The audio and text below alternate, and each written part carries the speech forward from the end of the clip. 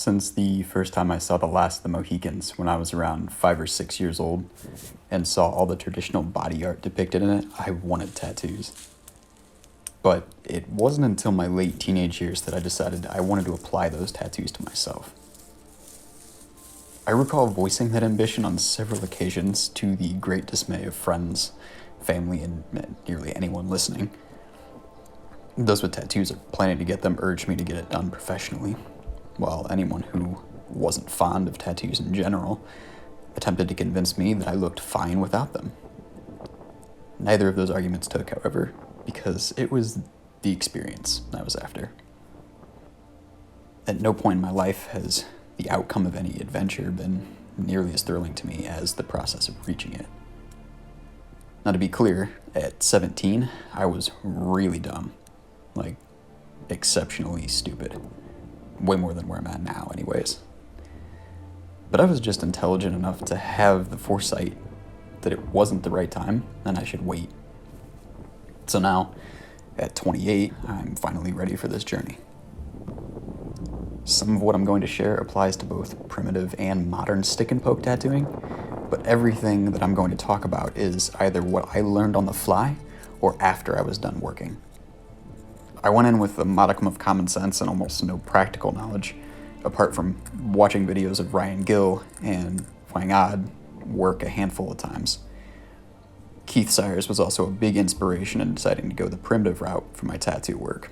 So I'll link to Ryan and Keith's channels down below, as well as a video featuring Whang-od. I'm going to share everything, including my mistakes. That way you can learn along with me if you want to, and I can look back later and see how far I've come. So at this point, I've made my needles from Osage thorns and prepped my ink with hickory charcoal and isopropyl alcohol. And now I'll start poking. You have to apply a good amount of pressure to puncture the skin, but you don't need to go excessively deep.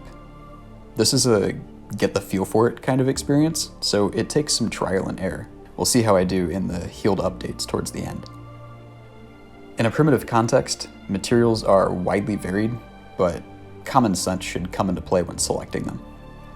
First of all, you have to consider the fact that you're not only creating wounds in your body, but you're doing so by inserting foreign material under the skin. Whatever you use and whatever it comes in contact with should optimally be as sterile as possible and never something you could have an adverse reaction to. Personally, I have few, if any, allergies. I rarely experience infection or adverse reactions, and I heal fairly quickly. So I picked my wood types based on availability and compatibility, and then chose store-bought alcohol over water or distilling my own, as it will keep things cleaner in general, and I'm less concerned with staying absolutely primitive than with ease of use, so it was a simple choice. As I worked on my first line, I was pushing the needle into my skin, parallel with the line I was making, and at an angle in that direction.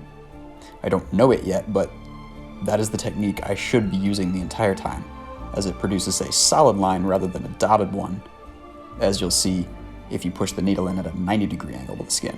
I learned this after my first session when reviewing it for how to improve the second time around, along with other intricacies I missed which will be evident better in my healed shots at the end. For my Osage thorn needles, I used year-old growth that was still green for a good balance of live and sturdy, not soft or brittle as a fresh or old growth could be. Another thing I got right some of the time is stretching the skin, but I could have done better. The tighter you stretch it as you work, the easier it is to get good needle penetration.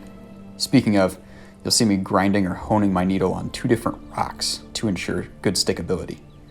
One is rough and meant for reshaping a dulled tip. The other is polished and used more frequently to burnish the needle to keep its tip keen. You'll need to dispose of overly dull needles and grab a fresh one occasionally, so it's good to have extras. And it probably goes without saying, but it's not a great idea to reuse needles from previous sessions or to share them between multiple people. As for my ink, I did a rush job. Rather than meticulously grinding the charcoal to a fine powder, I roughly mashed it, leaving some sizable chunks and small fragments throughout. Like most things, the more prep time you put in, the more refined the result.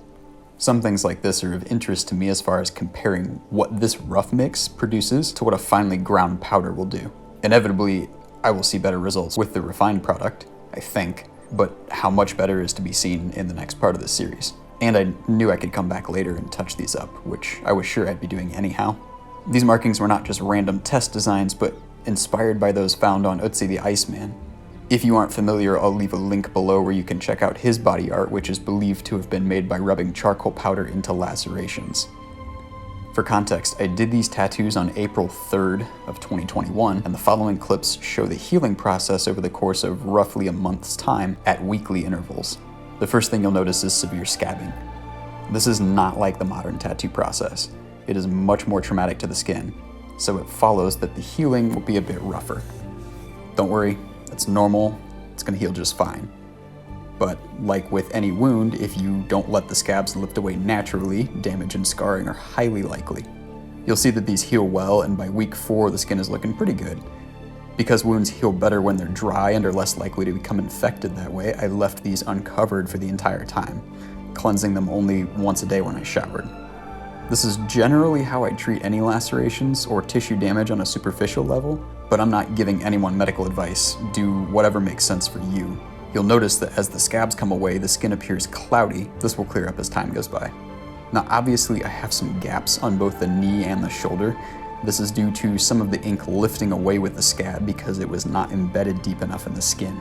My conclusion is that not only didn't I understand the right method to use when I started, but I also didn't have optimally mixed ink. In my opinion, those are the 2 biggest contributors to my failure here.